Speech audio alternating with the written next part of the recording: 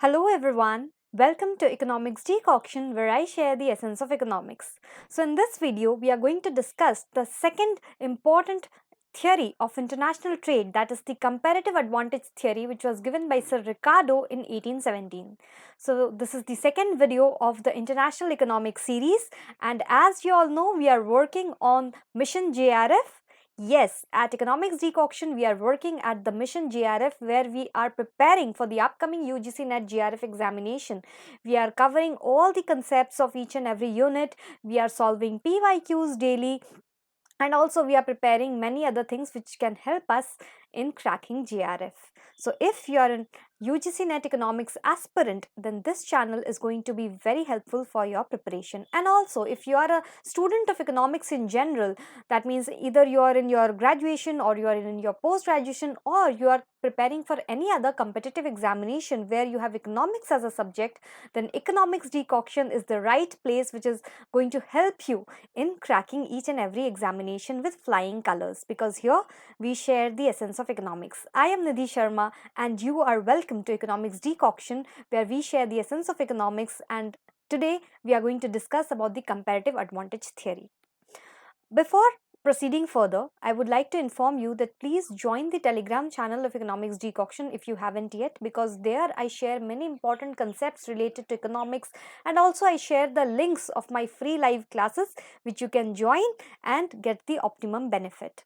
And also I would like to inform you that daily we conduct a free live class on Economics Decoction's YouTube channel, 8:30 a.m. in the morning, and these classes are absolutely free of cost, and this is a live class which you can attend where we solve many PYQs related to economics, and also we discuss many important concepts which are very helpful for your upcoming UGC NET economics examination.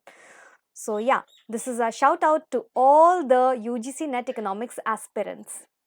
Also, you can follow my profile at Unacademy where I have conducted many free live classes regarding the concepts of economics. I have also discussed many things regarding the basic econometrics, which is important for your UGC NET exam point of view.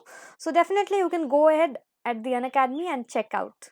Okay, if you are planning to get subscription at Unacademy, you can use this code NSNET and get a 10% discount on all your Unacademy subscription charges. So yes, go ahead, use this referral code and get the maximum benefit.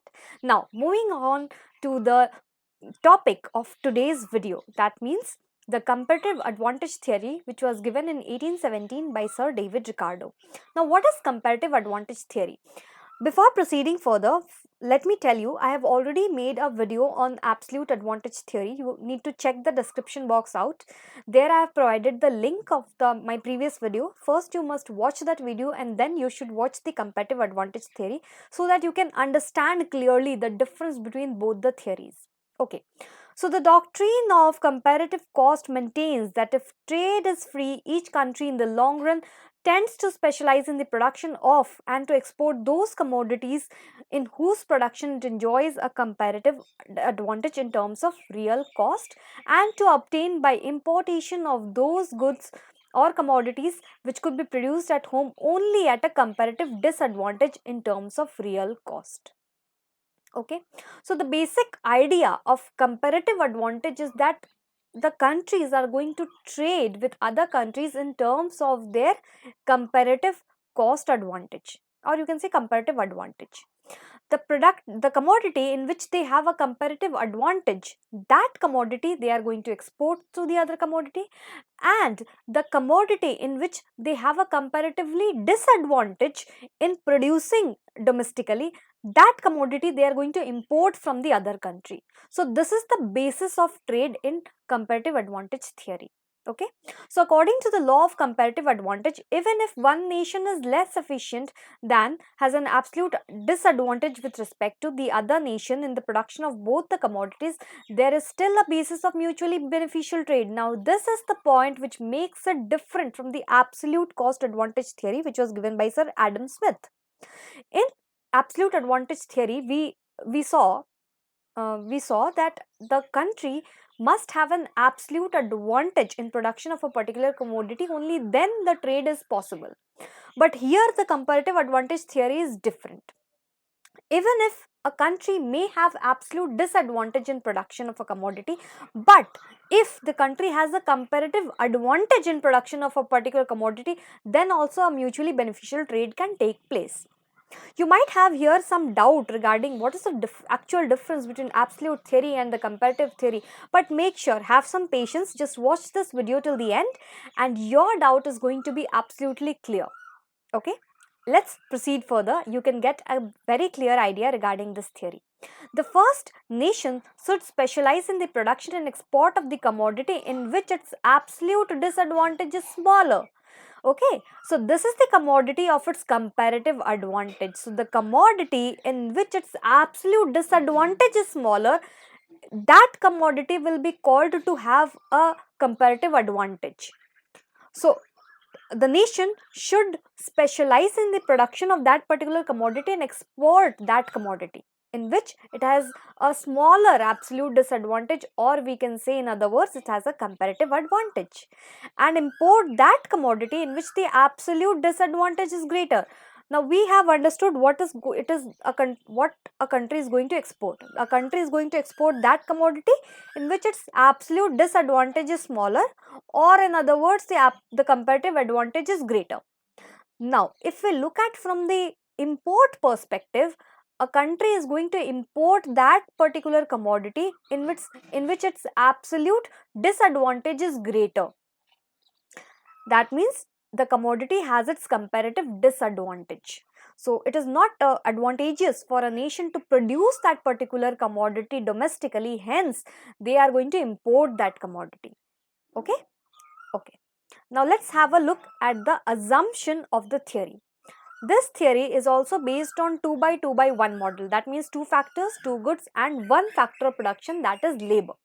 There are only 2 countries, say country A and country B, and they produce same 2 commodities, that is commodity X and commodity Y. Tastes are similar in both the countries. Labor is the only factor of production.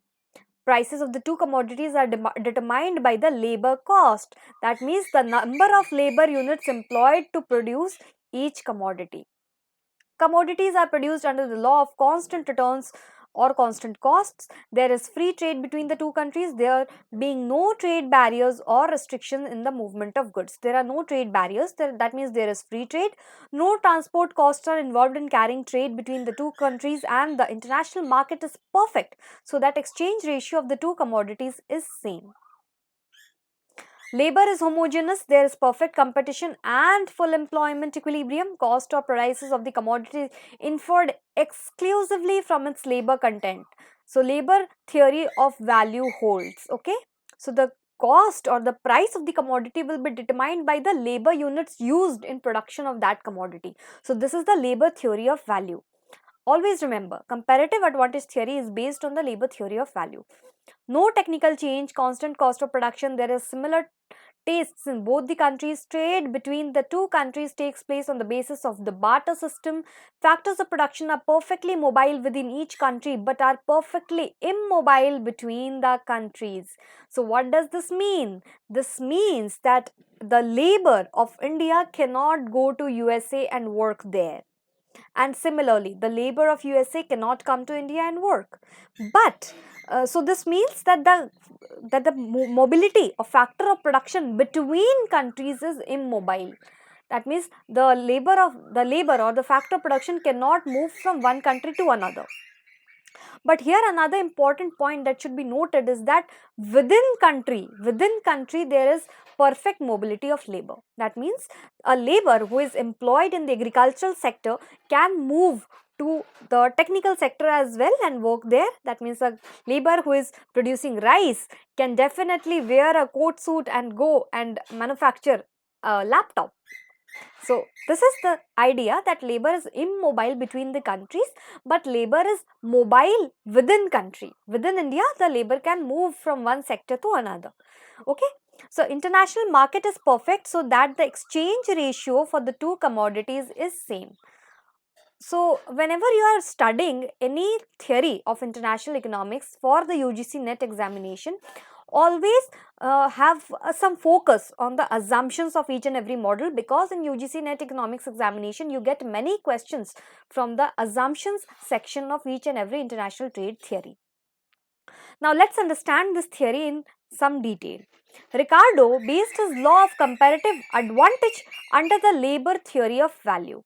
According to the labor theory of value, the value or price of a commodity depends exclusively on the amount of labor going into the production of the commodity. Besides, labor is used in same fixed proportion in the production of all commodities. Given these assumptions, Ricardo shows that the trade is possible between two countries even when one country has an absolute advantage in the production of both the commodities, but the country has a comparative advantage in the production of one commodity than the other.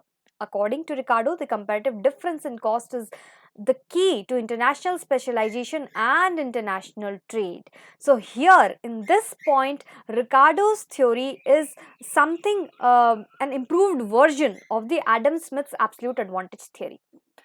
Okay, so he advocates that a trade may be in a position to produce both goods at an absolutely lower cost than the other country, yet it has a greater comparative advantage in the production of one good than the other, implying that the other country produces both the goods at a higher cost but has less comparative disadvantage in the production of one good than the other. Okay, so let's proceed further and understand with the help of an example. So units produced by 1 units of labor. 1 unit of labor is going to produce how much unit of wine and cloth? Wine is measured in liters and cloth is measured in terms of yards. England can produce 120 liters of wine, while Portugal can produce just 80 liters of wine, while England can produce 80 yards of cloth, while Portugal can produce 90 yards of cloth, just 1 unit of labor. So from this example, you can clearly see that England has an absolute advantage in production of both wine and cloth. Okay, but still there will be a mutually beneficial trade. Okay, so this is the beauty of the comparative advantage theory of David Ricardo. According to the absolute advantage theory of Adam Smith, here trade is not possible because only one country, that means England, is having an absolute advantage in special or in production of both the commodity, wine as well as cloth. So according to the absolute advantage theory, trade is not possible here in this scenario. But this is the part where Ricardo comes forward and he argues that no, you are absolutely wrong.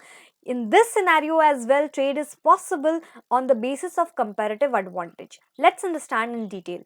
First, we will check for absolute advantage when the output is given. Wine production in England by wine production in Portugal is 120 by 80, while cloth production in England by cloth production in Portugal is 100 by 90.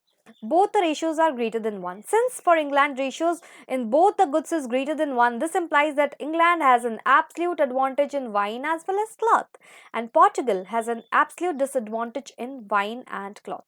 It should be noted in this case that England is having absolute advantage in production of both the goods. Okay. So, as per the absolute advantage theory, no trade is possible between England and Portugal. The same statement that I was explaining you just few minutes back, that according to absolute advantage theory of Adam Smith, in this scenario, trade was not possible. This is where Ricardo's theory score over Smith's theory. Ricardo's comparative advantage theory is an improvement because here Ricardo has argued and Ricardo uses the concept of opportunity cost and advocated that in this case too, mutually beneficial trade is possible. That is a positive sum game where both the countries will be benefited from trade. This situation is possible. Let's see how comparative advantage theory solves this case. Let's understand. By the way, if you are liking this video till now, make sure that you hit the like button and you subscribe to Economics Decoction as well, because this is going to encourage me to bring more and more helpful videos for your upcoming examinations. Okay, now let's understand it in detail. Wine production in England by wine production in Portugal. It is 120 by 80, while cloth production in England by cloth production in Portugal is 100 by 90. Now the ratio comes out to be 1.5 and 1.11. Both the ratios are greater than 1. In terms of comparative advantage, England has a more comparative advantage in the production of wine, as 1.5 is quite far away from 1, or you can say 1.5 is quite greater than 1. Whereas in terms of cloth production, England has a less comparative advantage, as 1.11 is not very much high or very much far away from 1. Thus, relative productivity for wine in England is 1.5, which is greater than cloth, that is 1.11. This implies that England has a greater productivity in wine production and more comparative advantage in wine production. So, we can say that England has a more comparative advantage in wine production. Okay. Now, let's check for Portugal. What is there for Portugal? What happens here? Wine production in Portugal by wine production in England is 80 by 120, while cloth production in Portugal by cloth production in England is 90 by 100, and both are less than 1. Okay. So, in terms of comparative disadvantage, Portugal has a more comparative disadvantage in production of wine, as 0.66 is 2 less than 1. Whereas in terms of cloth production, Portugal has a less comparative disadvantage, as 0.9 is very close to 1. Thus, relative productivity for cloth in Portugal, which indicates that Portugal has lesser comparative disadvantage in cloth production compared to wine, in which it has 0.66 productivity compared to England. Now, I hope that you all must have understood that how the international trade is going to take place according to the comparative advantage and disadvantage basis, that who is going to export what. Okay, but let's understand in detail. So, we can summarize our calculations as, for England and for Portugal, England has a more comparative advantage in wine production and less comparative advantage in cloth production, while Portugal has a more comparative disadvantage in cloth production and less comparative disadvantage in wine production. So, what England is going to do? England is going to export wine to Portugal, while Portugal is going to export cloth to England. Okay, so in this way, the international trade will take place when we look at the trade scenario in terms of comparative advantage theory, which was given by Sir David Ricardo. Okay, so I hope this theory is absolutely clear to you, and thank you so much for watching. If you found this video to be helpful, make sure that you subscribe to the channel, like the video, and also share it with your friends as well. Do join the Telegram channel of Economics Decoction, because the links to my classes, daily life classes, is being shared by me in my Telegram channel. So you can definitely join the Telegram channel, and also do not forget to check the description box for many important links to my Instagram, to my Telegram channel and other things. Okay. I hope to meet you soon in my next video. Till then, happy learning, and yes, subscribe to Economics Decoction. Thank you so much.